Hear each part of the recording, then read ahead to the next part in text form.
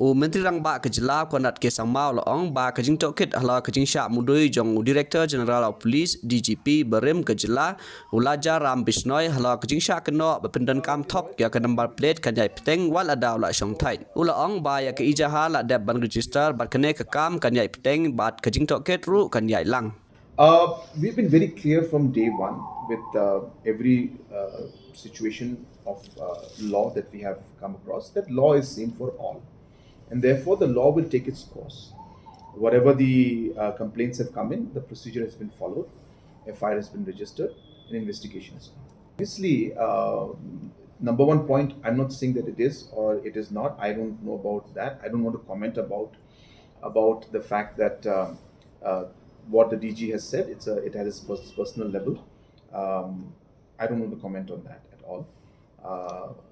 As I said, for us, it's very simple that when a complaint comes, every FIR is proper case, and as per the law, whatever has to be done, and as per the rules, what has to be done will be followed, irrespective of who the person is. Don't you think that he may escape action because he is retiring someday? No, the FIR is lodged and FIR has already been registered, so the case will continue. Registration, the investigation will continue. There's no retirement doesn't affect that.